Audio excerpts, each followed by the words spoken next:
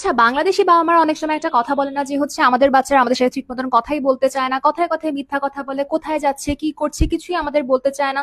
কিন্তু আপনারা কি কখনো ভেবে দেখেছেন এই পথে তাদেরকে কে ঠেলে দিয়েছে? আপনি। তাদেরকে মিথ্যা কথা বলতে বাধ্য কে করছে?